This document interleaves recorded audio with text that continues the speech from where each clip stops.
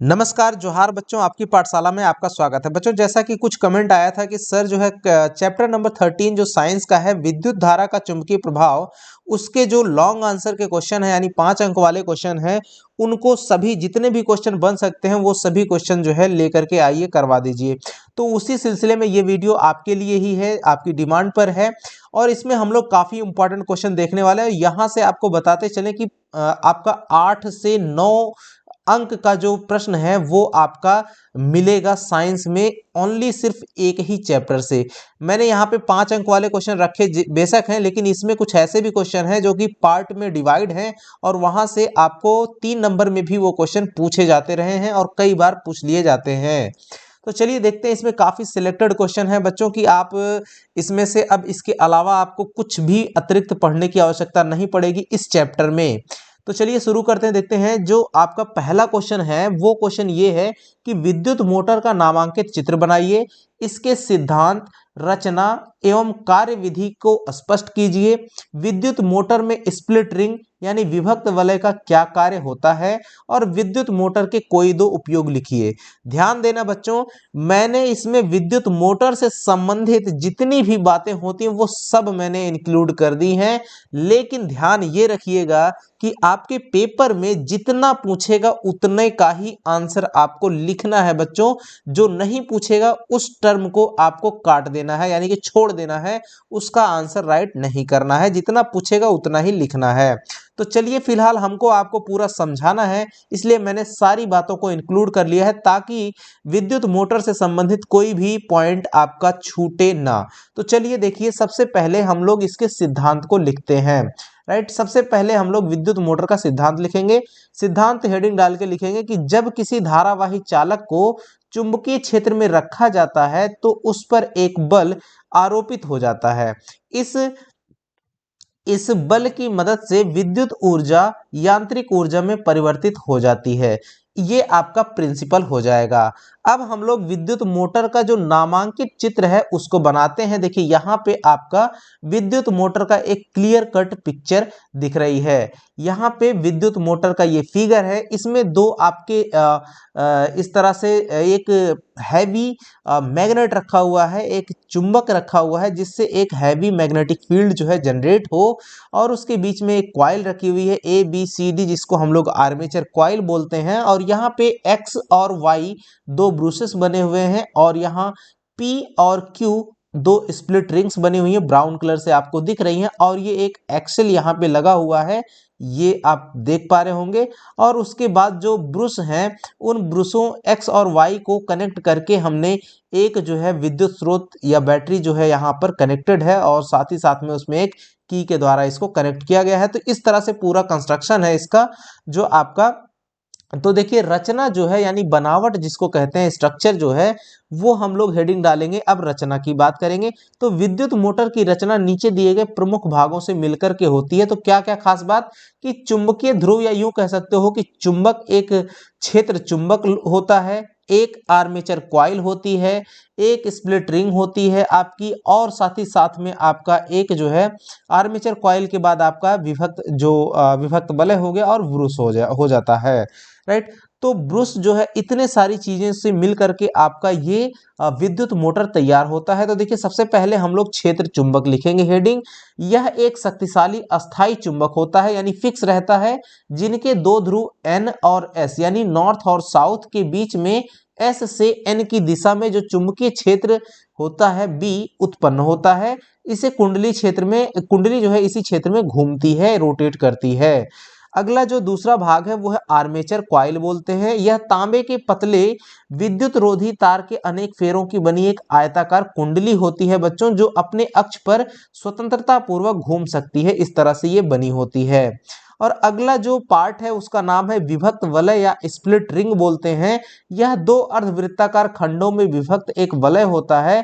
कुंडली के दोनों सिरे एक वलय से जुड़े होते हैं। यह एक ऐसा यंत्र है जिसकी मदद से आर्मेचर में जो प्रवाहित धारा होती है उसकी दिशा को प्रत्येक आधे चक्कर के बाद बदला जाता है। तो देखिए, यहाँ पर ये जो X है, ये वाला आपका क्या है, स्प्लिट रिंग है, और यहाँ X जो है आपका ब्रूस है, लेकिन ये जो पार्ट यहाँ पे ये दिख रहा है ये आपका स्प्लिट रिंग का काम करती है और यक्स आपका ये वाला ब्रूस है। ठीक है, और यहाँ पे सभी पार्ट के नाम लिखे हुए हैं, तो आप यहाँ पिक्चर से इन सब चीज़ों को आराम से देख लीजिए और इसको एकदम क्लियरली आप पिक्चर को वहाँ पे बनाइएगा भी अपने बोर्ड एग्जाम में। तो देखिए आगे जब बढ़ते हैं हम लोग, अब इसमें क्या है अगला पार्ट है ब्रूस। ब्रूस को यहाँ पे एक्स और वाई से ये देखिए इंडिकेट किया गया है।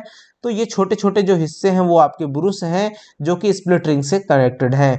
तो विभक्त वलय खंड अलग अलग ग्रेफाइट के बने दो गुटकों को स्पर्श करते हुए घूमते हैं। जो दोनों गुटके होते हैं, टुकड़े होते हैं, जिन्हें ब्रूस कहते हैं। ब्रूसों का संबंध संयोजक तारों द्वारा किसी बैटरी अथवा दिष्ट धारा मेंस यानी कि डीसी जो करंट होती है उससे जुड़ा होता है, जिससे आर्मेचर में धारा प्रवाहित की जाती है या प्रवाहित होती है।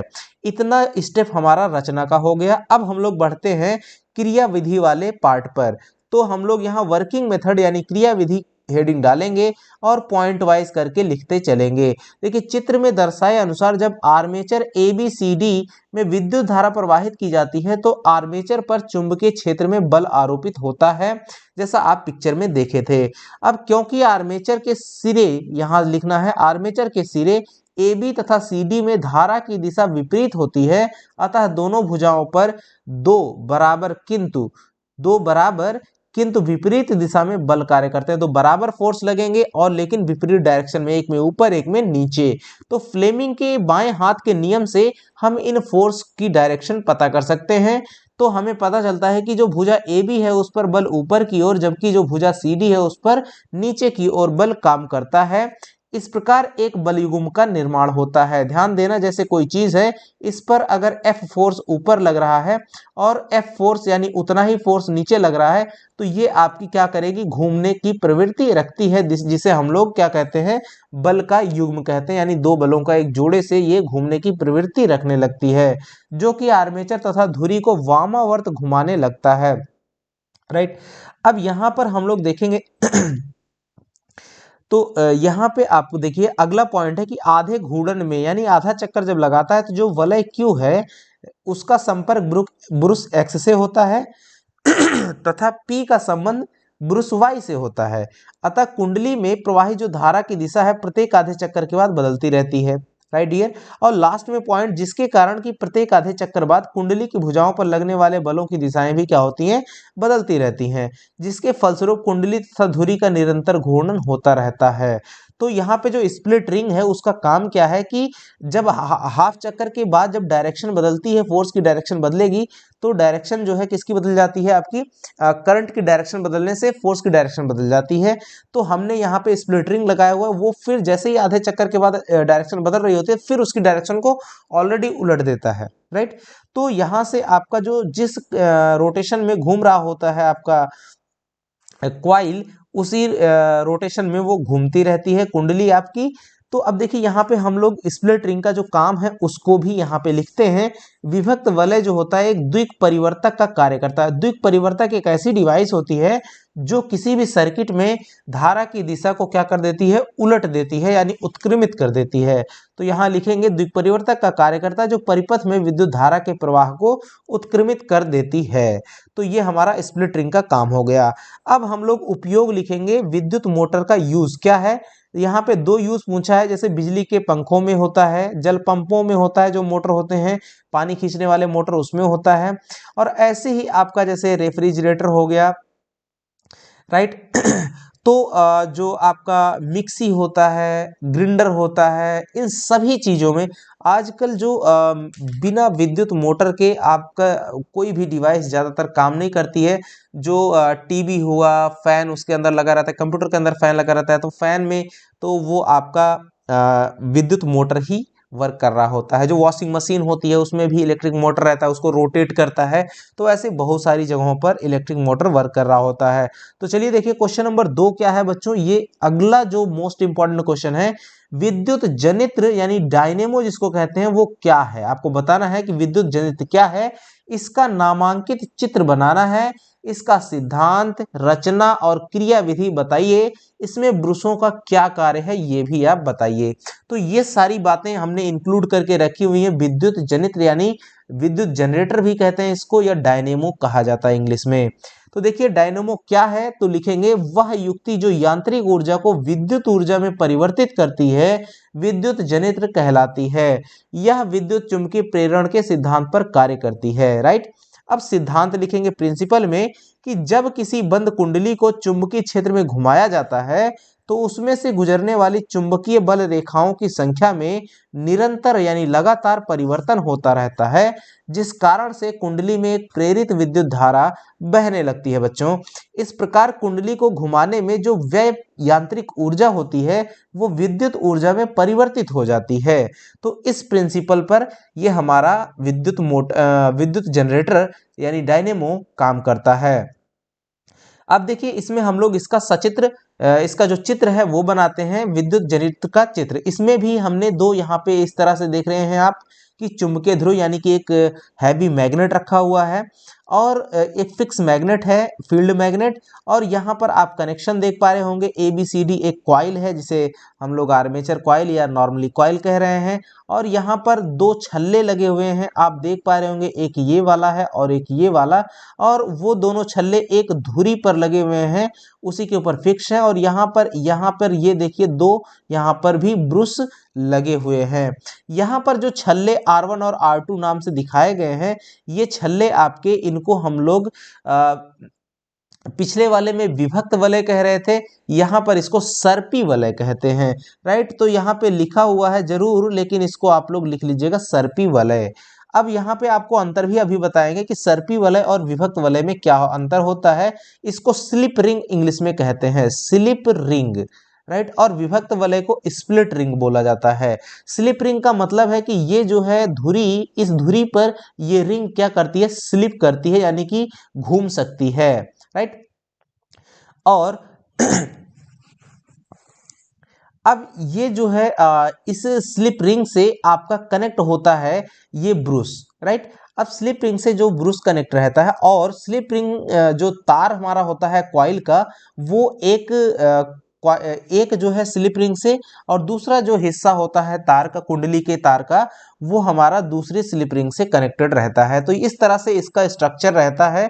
तो देखिए डायनेमो के जो है तीन प्रमुख भाग कौन कौन से, क्षेत्र चुंबक, यह NS ध्रुव खंडों वाला एक शक्तिशाली चुंबक होता है जिसमें इन ध्रुवों के बीच में तीव्र चुंबकीय क्षेत्र उत्पन्न किया जा सके, और इसी चुंबकीय क्षेत्र में कुंडली को घुमाया जाता है। अब की बार क्या किया जाएगा, विद्युत मोटर का ठीक उल्टा, अब की बार कुंडली को घुमाना है। राइट, तो कुंडली को घुमाने के लिए हमको किसको घुमाना पड़ेगा, धुरी को घुमाना पड़ेगा, क्योंकि धुरी के ऊपर कौन फिक्स है, हमारी स्प्लिट रिंग, और स्लिप रिंग फिक्स है, यानी सर्पी वलय फिक्स है। और सर्पी वलय से टच कौन कर रहा है, सर्पी वलय से हमारा जो दोनों तार हैं, दोनों सिरे हैं, एक एक सर्पी वलय से जुड़े हुए हैं कुंडली के।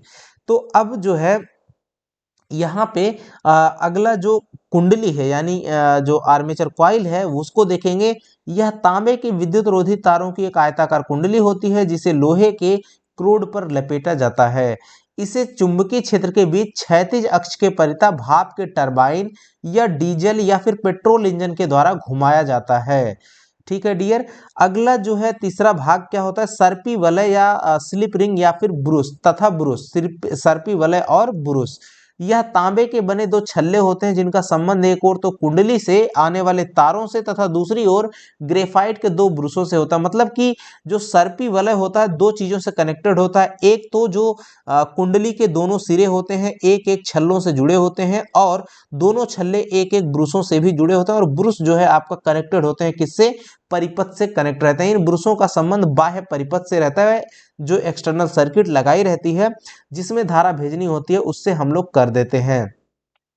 अब हम लोग इसका वर्किंग मेथड देखेंगे। तो वर्किंग मेथड में देखिए क्या लिखना है, चित्र में दर्शाए अनुसार जब कुंडली को दक्षिणावर्त यानी क्लॉकवाइज डायरेक्शन में घुमाया जाता है तब फ्लेमिंग के दाहिने हाथ के नियम के अनुसार भुजाओं AB तथा CD के अनुदेश प्रेरित विद्युत धाराएं प्रवाहित होने लगती हैं, और बाह्य परिपथ में B2 से B1 की दिशा में धारा प्रवाहित होती है। जैसा कि यहाँ पर आप पिक्चर में देख पा रहे होंगे, जो B2 है ये रहा B2 से किधर की तरफ, B1 की तरफ धारा प्रवाहित होने लगती है, और आधे चक्कर के पश्चात CD ऊपर की ओर तथा AB नीचे की ओर जाने लगता है। फलस्वरूप दोनों भुजाओं में धारा की दिशा परिवर्तित हो जाती है और बाह्य परिपथ में B1 से B2 की ओर धारा प्रवाहित होने लगती है।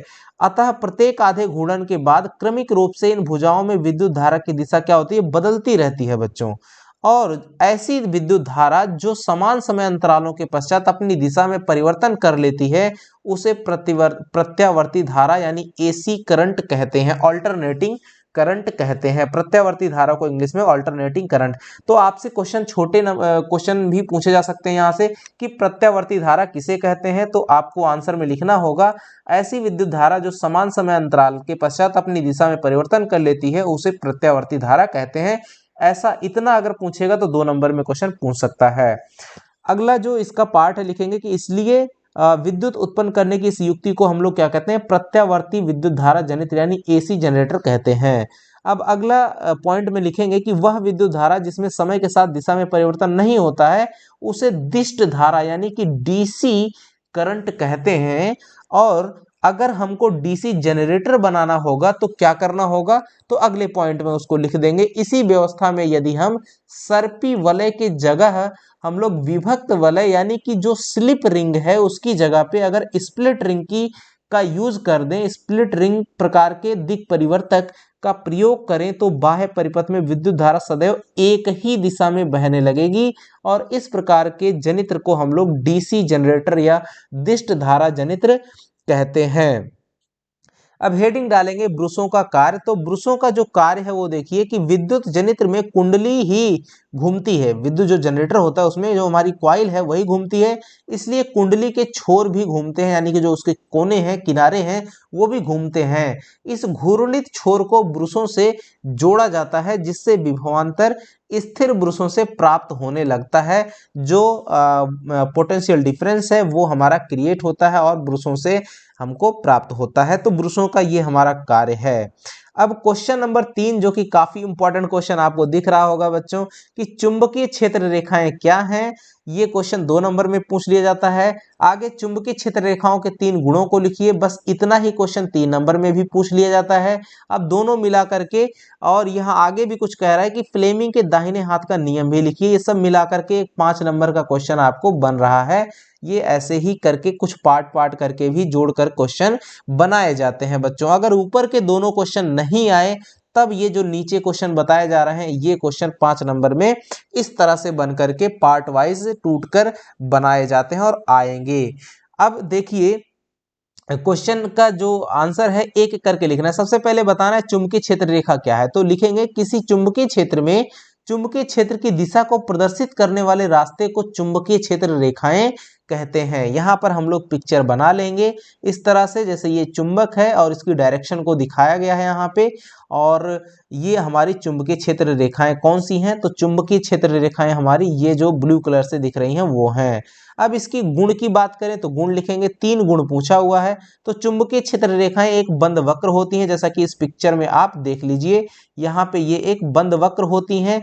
चुंबक के बाहर यह रेखाएं उत्तरी ध्रुव से निकल करके दक्षिणी ध्रुव में पहुंचती हैं। ये देखिए नॉर्थ से निकल करके ये आपकी किधर पहुंच रही है, साउथ की तरफ पहुंच रही हैं, जबकि चुंबक के भीतर में ये आपकी साउथ से चल करके नॉर्थ की तरफ में पहुंचती हैं।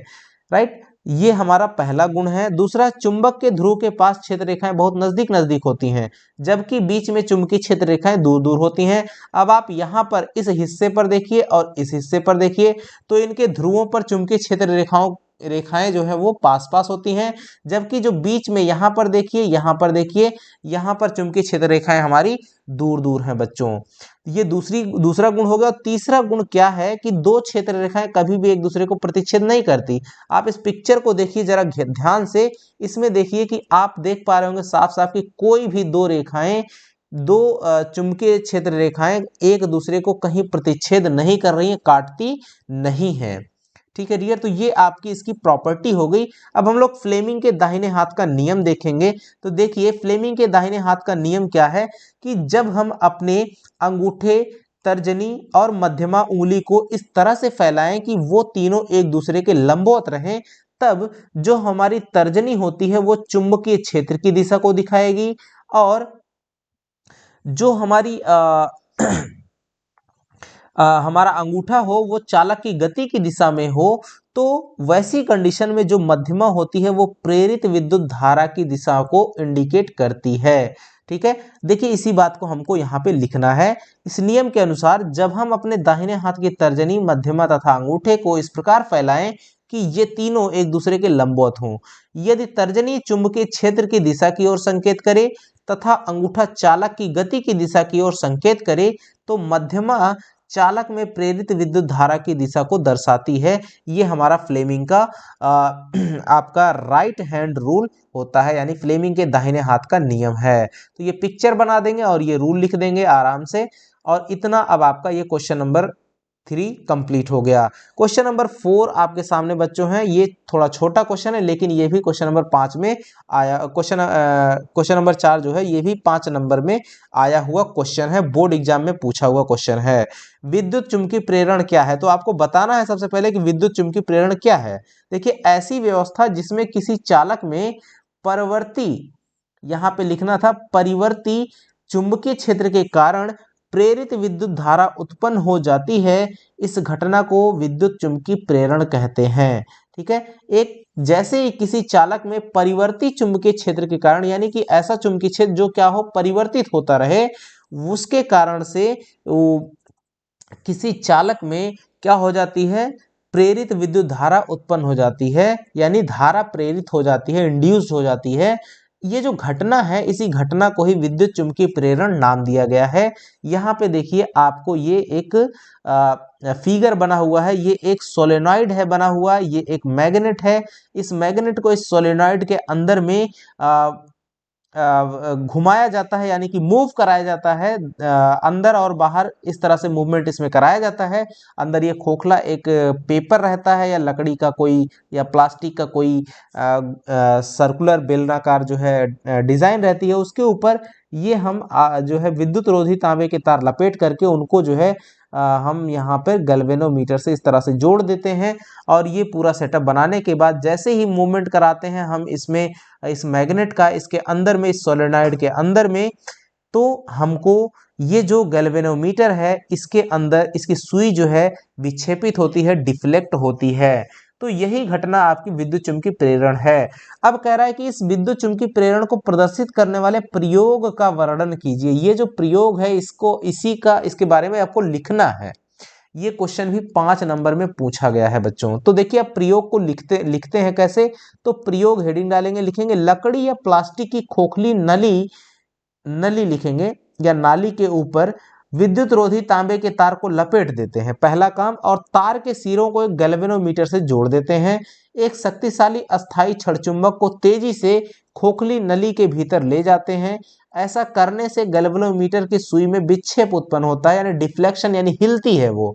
चुंबक की गति की दिशा के बदलने पर गैल्वेनोमीटर की सुई विक्षेप की दिशा भी बदल जाती है। राइट, जैसे ही उसकी डायरेक्शन, जैसे अंदर कर रहे हैं तो जिस दिशा में ये सुई विक्षेपित होगी, बाहर निकालते वक्त दूसरी डायरेक्शन में ये विक्षेपित हो जाएगी। राइट, जैसे मान लीजिए कि अगर जब अंदर कर रहे हैं और सुई इस डायरेक्शन में गई, जब बाहर इसको निकालेंगे तो सुई इस डायरेक्शन में घूम जाएगी। राइट, मतलब जिस भी डायरेक्शन में जा रही है वो उसके उल्टी डायरेक्शन में घूम जाएगी। जैसे ही हमने मूवमेंट यानी मोशन, जो वेलोसिटी है किसकी, मैग्नेट की, उसकी मैग्नेट की जो वेलोसिटी, उसकी डायरेक्शन बदलेंगे, तो जो विक्षेपण हो रहा है, किसका डिफ्लेक्शन हो रहा है, इस सुई का, किसके, जो गैल्वेनोमीटर की निडल है उसमें जो डिफ्लेक्शन हो रहा है उसकी डायरेक्शन भी बदल जाती है। राइट, तो अब यहाँ पे लिखेंगे कि आगे लिखेंगे चुंबक को स्थिर रखने पर, लेकिन जब हम चुंबक को फिक्स रखते हैं एक जगह पर, हिलाते डुलाते नहीं हैं, तो वैसी कंडीशन में गैल्वेनोमीटर की जो सुई है उसमें कोई विक्षेप, कोई डिफ्लेक्शन नजर नहीं आता है। राइट, अब इसमें देखिए पैराग्राफ चेंज करके थोड़ा लिखिएगा। अब चुंबक के उत्तरी ध्रुव को कुंडली से बाहर लाते हैं, जैसा कि आप यहाँ पिक्चर में देख पा रहे होंगे, ये वाला जो है आपका नॉर्थ सिरा है, इसको हम लोग क्या करते हैं, बाहर लाते हैं, तो गैल्वेनोमीटर की सुई में विक्षेप उत्पन्न होता है। राइट, स्थिर रखते हैं तो नहीं होता, लेकिन अंदर ले जाने पे या फिर बाहर ले आने पे विक्षेप होता है। राइट, इससे हमको पता चलता है कि कुंडली के सापेक्ष चुंबक की गति से एक प्रेरित विभवांतर उत्पन्न होता है, जिससे परिपथ में प्रेरित विद्युत धारा प्रवाहित होने लगती है। ठीक है, तो ये प्रयोग था बच्चों, और इसी प्रयोग को यहाँ पे आपको लिखना भी था, ये क्वेश्चन में बोला था। अब क्वेश्चन नंबर 5 की तरफ बढ़ते हैं बच्चों। देखिए क्या है क्वेश्चन 5 नंबर की, विद्युत चुम्बकीय क्षेत्र क्या है। सबसे पहले ये बताइए, प्रयोग द्वारा सिद्ध कीजिए कि जब किसी चालक से विद्युत धारा प्रवाहित की जाती है तब उसके चारों ओर चुंबकीय क्षेत्र उत्पन्न हो जाता है। जैसे कोई तार है, इसके इसमें अगर धारा आई प्रवाहित करें तो इसके चारों तरफ जो है आपका मैग्नेटिक फील्ड उत्पन्न हो जाता है। ये जो चुंबकीय क्षेत्र उत्पन्न होता है इसको हमको प्रयोगों द्वारा सिद्ध करके बताना है, राइट। तो ये जो प्रैक्टिकल है ये इसमें भी आपको प्रैक्टिकल लिखना पड़ेगा। तो सबसे पहले लिखना क्या है, आंसर में विद्युत चुंबकीय क्षेत्र के बारे में लिखना है। विद्युत चुंबकीय क्षेत्र क्या है, तो लिखेंगे किसी विद्युत धारावाही चालक में धारा प्रवाहित होने पर उसके चारों ओर का वह क्षेत्र जिसमें चुंबकीय बल का अनुभव किया जा सके विद्युत चुंबकीय क्षेत्र कहलाता है। बच्चों देखिए यहाँ पर आपको चुंबकीय क्षेत्र नहीं कह रहा है। कितने बच्चे आंसर में यही लिख देंगे कि चुंबकीय क्षेत्र क्या है, यानी कि किसी चुंबक के चारों ओर का वह क्षेत्र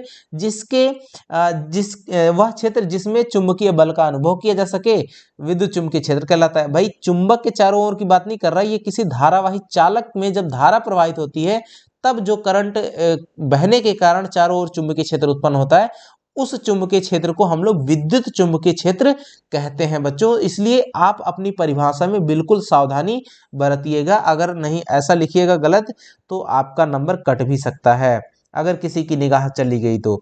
प्रयोग में देखिए क्या लिखेंगे, एक 12 वोल्ट की बैटरी, आप पॉइंट वाइज करके लिखिएगा, ऐसा नहीं है किताबों में आपको थियरी जैसा लिखा रहता है, लेकिन हम इसको यहाँ पे पॉइंट आउट करके आपको जिस सिस्टम से बनाए हुए हैं वैसे ही आपको लिखते चल रहे हैं। एक 12 वोल्ट की बैटरी एक परिवर्ती प्रतिरोध, परिवर्ती प्रतिरोध को इंग्लिश में वेरिएबल रेजिस्टेंस कहते हैं, वेरिएबल रेजिस्टेंस, राइट। यानी कि ऐसा रेजिस्टेंस जिसको हम लोग खूंटी, जिसमें आपको बटन रहेगी जिससे हम लोग खूंटी को ऐंठ करके, कैसे स्टेपलाइजर में खूंटी रहती है उसको ऐंठ करके लाइट को, करंट को धीमा या तेज किया जाता है, वैसे ही जो रेजिस्टेंस को घटाया या बढ़ाया जा सके वैसा रेजिस्टेंस हमारा कहलाता है वेरिएबल रेजिस्टेंस, राइट। इसका सिंबल जो इस तरह से बना रहता है, इसमें जो है एक एरो का तीर बना के ऐसे सिंबल बनता है। नॉर्मल रेजिस्टेंस हमारा सिंबल इस तरह से बनता है, सिंपल। देखिए अब क्या कह रहा है, एक 12 वोल्ट की बैटरी लीजिए, एक परिवर्ती प्रतिरोध, एक अमीटर लीजिए, अमीटर जिससे हम लोग करंट मेजर करेंगे, एक स्विच लेना है और एक लंबा मोटा सीधा तांबे का तार ले लेना है। दूसरा क्या काम करना है कि अब एक आयताकार कार्डबोर्ड का टुकड़ा लेकर उसके बीचों बीच कार्डबोर्ड को अभिलंबवत यानी परपेंडिकुलर इस मोटे तार को प्रविष्ट कराया और सावधानी रखी कि कार्डबोर्ड तार में स्थिर रहे और ऊपर नीचे हिले डुले नहीं, राइट। देखिए यहाँ पे ये सेटअप आपको दिख रहा होगा, ऐसा ही आपको करना है। एक मेज के ऊपर आपको ये एक कार्डबोर्ड है और ये हमारा क्या है, कार्डबोर्ड है, कार्डबोर्ड है। और इस कार्डबोर्ड पर यहाँ पर ये जो है लौह चूर्ण रखा हुआ है, लौह चूर्ण, राइट। और यहाँ पे ये आपकी डायरेक्शन दिखाई जा रही है चुंबकीय क्षेत्र की, ठीक है। तो यहाँ पे इस तरह से ये सेटअप बनेगा और ये आपकी करंट आई की डायरेक्शन को दिखा रहा है। ये आपका वेरिएबल रेजिस्टेंस यानी कि परिवर्ती प्रतिरोध है, ये आपका एमीटर है और यहाँ पर ये बैटरी लगी हुई है और ये की है यानी कुंजी है। तो इस तरह से आपका पूरा सेटअप तैयार कर लेना है। तो यहाँ सी अगले पॉइंट में लिखेंगे, अब चित्र में दर्शाए अनुसार तांबे के तार को, ये जो तार है ये देखिए एक्स से लेकर के जो रेड कलर से मैं दर्शा रहा हूं यही है आपका तांबे का तार। ये आप थोड़ा सा ध्यान दे पा रहे होंगे तो ये आपका थोड़ा सा येलोइश यानी कि पीला कलर या तांबे का जो कलर होता है आपका उसी तांबे के कलर में है, राइट। अब क्या कह रहा है कि इसको हमने क्या करना है, सबसे पहले जो चित्र में दर्शाए अनुसार तांबे के तार को ऊर्ध्वाधरता, जिस तरह से आप पिक्चर में देख रहे हैं, श्रेणी क्रम में बैटरी, एमीटर, परिवर्ती प्रतिरोध तथा स्विच के साथ संयोजित कर लिया गया। जिस तरह से ये पूरा आपका सेटअप दिख रहा है। तार के चारों ओर कार्डबोर्ड पर कुछ लौह चूर्ण यहाँ पर हमने लौह चूर्ण रख दिया है, एक समान रूप से फैला दिया है, यानी कि कहीं पर ना तो ज्यादा रहे ना तो कम रहे, एक बराबर, और उसकी मोटाई जो है हर जगह समान रहे, इसलिए उसको बोलते हैं एक समान रूप से। अब क्या करेंगे कि अब परिवर्ती प्रतिरोध को किसी एक नियत स्थिति पे रखा। अब ये जो वेरिएबल रेजिस्टेंस है इससे हमने जो वैल्यू है रेजिस्टेंस की किसी खास पॉइंट पे रखा, 2 ओम 4 ओम 5 ओम जिस पे भी रखा उतने पे रखा, और हमने अमीटर में धारा का पाठ्यांक, जो धारा का जो रीडिंग है यानी करंट की जो रीडिंग है, यानी करंट कितना बह रहा है इस समय, यानी जिस भी उस रेजिस्टेंस, मान लीजिए R बराबर 1 ओम है, 1 ओम है, तो उस समय जो हमारी धारा है I वो कितनी है वो हमने नोट कर लिया, इस बात को कह रहा है। इसके बाद स्विच को ऑन किया और कार्डबोर्ड को हल्के से 2-3 बार थपथपाया। तत्पश्चात यानी उसके बाद लौह चूर्ण के पैटर्न का प्रेक्षण किया, ऑब्जर्वेशन किया, और पाया कि लौह चूर्ण संरेखित होकर एक लाइन में इकट्ठे होकर के तार के चारों ओर संकेंद्री वृत्त, संकेंद्री वृत्त यानी कि एक ऐसे वृत्त जिसका केंद्र क्या हो, एक ही हो, देख रहे हैं 1 2 3 कई सारे वृत्तों के रूप में बना हुआ, लेकिन सभी का केंद्र क्या है, एक है। तो ऐसे वृत्त जिनके केंद्र क्या हो, एक ही हो, संकेंद्री वृत्त बोलते हैं। तो आप चित्र में देख पा रहे होंगे यहाँ पर कि ये जो है आपका जो पैटर्न है, डॉटेड लाइन से सर्कुलर डिजाइन बनी हुई है, वो संकेंद्री वृत्तों के रूप में व्यवस्थित होकर एक वृत्ताकार पैटर्न बना देते हैं। ये जो वृत्ताकार पैटर्न है यही चुंबकीय क्षेत्र रेखाओं को दर्शाते हैं। दिक्सूचक की सहायता से, जो हमारी कंपास सुई होती है उसकी सहायता से तार में विद्युत धारा का प्रवाह ऊपर से नीचे की ओर होता है, तब जो है चुंबकीय क्षेत्र जो है हमारा दक्षिणावर्त यानी क्लॉकवाइज डायरेक्शन में प्रदर्शित होता है, और जब धारा नीचे से ऊपर की ओर होती है तब चुंबकीय क्षेत्र वामावर्त यानी एंटी क्लॉकवाइज डायरेक्शन में प्रदर्शित होता है। तो इतना हमको इस प्रयोग को पूरा लिख देना है। अब क्वेश्चन नंबर 6 की तरफ बढ़ते हैं बच्चों। ये क्वेश्चन काफी इंपॉर्टेंट है और 3 नंबर में आपको उम्मीद मैं कर रहा हूं कि देखने को मिल ही सकता है, 3 या 2 नंबर में जरूर देखने को मिल सकता है। और यहाँ पे देखिए क्या है क्वेश्चन कि विद्युत परिपथ में लघु पतन जिसको शॉर्ट सर्किट कहते हैं और अतिभारण जिसको ओवरलोडिंग कहा जाता है, ये कब होता है, इनसे बचने के उपाय क्या हैं, ये पूरा मिला करके एक 5 नंबर का क्वेश्चन मिला हुआ है, बनाया हुआ है। और ऐसा क्वेश्चन बन सकता है क्योंकि देखिए जो प्रॉपर क्वेश्चन बनता है वो आपका 2 या 2 से अधिक क्वेश्चन को पार्ट वाइज मिला करके ही 5 नंबर के क्वेश्चन बनते हैं। मान लीजिए विद्युत मोटर ही आ रहा है तो उसमें भी विद्युत मोटर के अलग अलग हिस्सों के बारे में आपसे पूछ करके नामांकित चित्र, रचना, कार्यविधि, ये सब मिला करके ही वो पूछता है। तो चैप्टर के जो क्वेश्चन है वो 5 नंबर के ऐसे ही 2 या 2 से अधिक पार्टों जो अलग अलग क्वेश्चन है उनको मिला करके एक मिक्स क्वेश्चन बना के 5 नंबर का बनाता है। तो वैसे ये हमने क्वेश्चन को बनाया हुआ है। तो देखिए इसमें सबसे पहले हम लोग अतिभारण यानी ओवरलोडिंग को बताते हैं। जैसे जो हमारे घर में बिजली बह रही होती है उसमें कभी कभी होता है कि करंट ज़्यादा हो जाता है, जितनी उसकी क्षमता होती है उससे ज़्यादा। तो देखिए वही लिखा है, किसी परिपथ में प्रयोग होने वाले तारों के लिए धारा का जो सर्वाधिक परिमाण यानी वैल्यू होती है वो निश्चित होती है। यदि परिपथ में प्रयोग होने वाले उपकरणों की शक्ति इस सीमा से बढ़ जाती है तो इसे ही ओवरलोडिंग या अतिभारण कहते हैं। मान लीजिए 1 kWh का 1 किलोवाट का आपका जो है घर में मीटर लगा हुआ है और आप 2 किलोवाट बिजली यूज कर रहे हैं, खपत कर रहे हैं, राइट। तो आपका आप समझ जाइए कि वहां पर कितना लोड बैठेगा, वो आपका लोड कंसीडर नहीं कर पाएगा और ट्रिप कर जाएगा या फिर जल सकता है, राइट। अब यहाँ पे अगला है लघु पतन शॉर्ट सर्किट। ये क्या होता है कि कभी कभी खराब या क्षतिग्रस्त होने पर विद्युन्मय यानी कि जो रेड वायर होता है उसकी बात कर रहा है, विद्युन्मय तार बोलते हैं, और उदासीन तार आपस में बिना किसी प्रतिरोध के संपर्क में, प्रतिरोध मतलब जो रुकावट उत्पन्न करते हैं, जो बीच में बैरियर का काम करते हैं ताकि दोनों तार एक दूसरे के जो करंट बह रहा होता है, क्योंकि आपने देखा होगा एक लाल और एक काला तार होता है, तो दोनों तारों में बहने वाला जो करंट होता है वो एक दूसरे के टच में ना आए, संपर्क में ना आए, इसलिए उसके ऊपर एक प्रतिरोध यानी कि विद्युत रोधी प्रतिरोध लगा रहता है और परिपथ का जो प्रतिरोध होता है वो शून्य हो जाता है, राइट। आपस में बिना किसी प्रतिरोध के संपर्क में आ जाते हैं और परिपथ का प्रतिरोध क्या हो जाता है, शून्य। जैसे ही जो दोनों तार होते हैं ये दोनों एक दूसरे के टच में आते हैं तो क्या होता क्या है कि अचानक से पल भर के लिए जो करंट होते हैं, चूंकि इन तारों में कौन फ्लो कर रहा होता है, इलेक्ट्रॉन फ्लो कर रहे होते हैं, और जैसे ये दोनों एक दूसरे के टच में आते हैं तो इलेक्ट्रॉनों को फ्लो करने के लिए जबरदस्त रास्ता मिल जाता है, दोनों मिल जाते हैं तार और उनको फ्लो करने के लिए एक रास्ता हो जाता है। यानी कि जो अलग अलग रास्तों में जा रहे थे अब दोनों मिल करके एक साथ हो गए। अब सोच के देखो कि एक सिंगल सड़क है और बगल में एक सड़क और, यानी कि एक सिंगल जो है सिंगल लेयर की सड़क है और दूसरी जो है डबल लेन वाली सड़क है। तो अब सोच के देखो कि किसमें आसानी से जो है ट्रैफिक चलेगा, यानी ट्रैफिक किसमें ज़्यादा ट्रैफिक रहेगा, किसमें कम ट्रैफिक होगा। तो जो सिंगल लेन वाली सड़क रहेगी उस पर ज़्यादा ट्रैफिक, यानी उस पर लोड ज़्यादा पड़ेगा, और जो डबल लेन वाली सड़क रहेगी वो आराम से उस पर हम लोग स्मूथली रन कर सकते हैं। तो सेम वैसे ही जैसे ही दोनों तार टच में होते हैं तो इलेक्ट्रॉन्स को फ्लो करने के लिए बढ़िया एकदम ओपन रास्ता मिल जाता है और पल भर में वो बहुत तेजी से भागते हैं। और जब वो अचानक से बहुत स्पीड से गति करते हैं तो इतनी एनर्जी उनमें जनरेट होती है, किसके कारण, उनकी गति के कारण जो गतिज ऊर्जा है बहुत भारी मात्रा में ऊर्जा जनरेट होती है और वो इसी वजह से ब्लास्ट जलने लगते हैं, या यूं कह लो कि एक दूसरे में चिपक जाते हैं तार।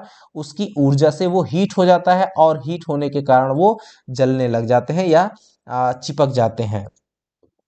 ठीक है डियर, तो उसमें अत्यधिक धारा प्रवाहित होने लगती है, इसे लघुपथन कहते हैं यानी शॉर्ट सर्किट कहते हैं। इससे परिपथ में लगे उपकरण क्षतिग्रस्त हो सकते हैं तथा लघुपथन के स्थान पर चिंगारी उत्पन्न होने से आग भी लग सकती है बच्चों। अब इसको यानी अतिभारण ओवरलोडिंग या फिर लघुपथन दोनों से बचने के लिए जो हमारे उपाय हैं वो क्या होने चाहिए, तो देखिए विद्युत प्रवाह के लिए प्रयुक्त की जाने वाली जो तारें हैं वो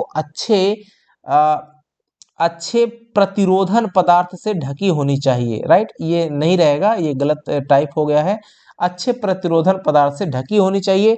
दूसरी बात क्या होनी चाहिए सावधानी में बचाव में, विद्युत परिपथ विभिन्न वर्गों में बंटे होने चाहिए, एक ही साथ एक ही जगह पर सभी को कनेक्ट नहीं करना है, अलग अलग जगहों से कनेक्ट करना है।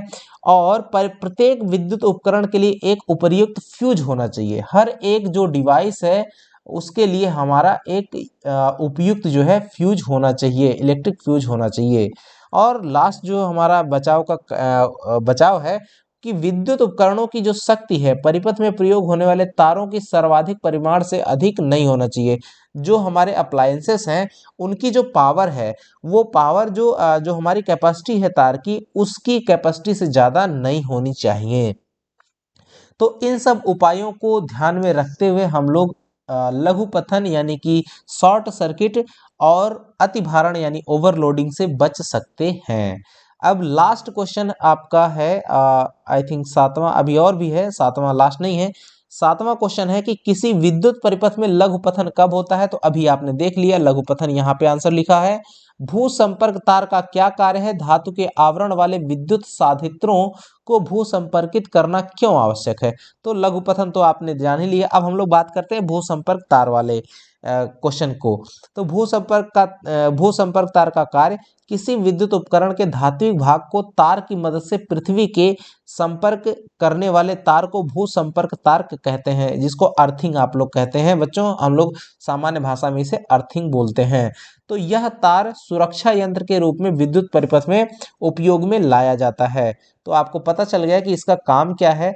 अब आगे वाले का देखिए बात कि यदि किसी भी प्रकार से उपकरण में विद्युत धारा आ जाती है तो इसका काम क्या है, तो यह पृथ्वी को स्थानांतरित हो जाती है। चूंकि पृथ्वी का जो रेजिस्टेंस है वो जीरो माना जाता है, इसलिए जो है आसानी से जो चार्जेस हैं वो उसके अंदर प्रविष्ट कर जाते हैं। सबसे आसान और सबसे सिंपल रास्ता वही नजर आता है अर्थ, जिसके फलस्वरूप कोई दुर्घटना होने से बच जाती है। तो करंट जो है हमारे बॉडी का रेजिस्टेंस जो होता है वो पृथ्वी का रेजिस्टेंस सबसे कम माना जाता है किसी भी ऑब्जेक्ट से, इवन कि जीरो माना जाता है। इसलिए आसानी से उसमें जो चार्जेस हैं वो फ्लो कर जाते हैं। तो जैसे ही हमने तार को टच किया तो तार टच करते वक्त जो रास्ता जो है हमारे शरीर के लिए एक रास्ता मिलता है, और शरीर को झटका देने से पहले वो जो है जो चार्जेस हैं वो फ्लो होने से पहले अर्थ वायर जो होता है उस रास्ते से होकर के वो अर्थ में चले जाते हैं, यानी कि जमीन में चले जाते हैं, क्योंकि जमीन जो है सबसे लो रेजिस्टेंस का काम करती है। इवन हमारे शरीर का जो रेजिस्टेंस है, प्रतिरोध है, उससे कम रेजिस्टेंस रहता है। इस वजह से हमारे शरीर में प्रवेश करने की बजाय जो चार्जेस हैं वो कहाँ चल जाते हैं, जैसे ही हम लोग टच करते हैं तो उसके लिए जो पहले से एक रास्ता बना के रखा गया होता है, जिसको हम लोग क्या कहते हैं, अर्थ वायर, उस अर्थ वायर में वो चल जाते हैं और हमको झटका नहीं लगता है और हम आसानी से यानी बच जाते हैं। ठीक है, तो इसलिए हमारे लिए भू संपर्क तार जो होते हैं वो बहुत ही इंपॉर्टेंट होते हैं, और जो धातु के आवरण वाले विद्युत साधित्र होते हैं उनको जमीन से संपर्कित करना, जोड़ना बहुत जरूरी होता है। ठीक है डियर, तो अब क्वेश्चन नंबर 8 देखते हैं। देखिए 8 नंबर का क्वेश्चन ही जो है आपका लास्ट क्वेश्चन है, और ये 3 नंबर का क्वेश्चन है बच्चों। इसमें मैंने रख दिया क्योंकि इसमें यही एक पॉइंट छूट रहा था, फ्लेमिंग के बाएं हाथ का नियम। तो क्वेश्चन इस तरह से ये बोर्ड में आया हुआ है। चित्र में फ्लेमिंग के बाएं हाथ का नियम लिखने के लिए भी आ सकता है, लेकिन यहाँ पर इसने पिक्चर दे दिया हुआ है और इसमें आपको इनके नाम बताने के लिए पूछ रहा है।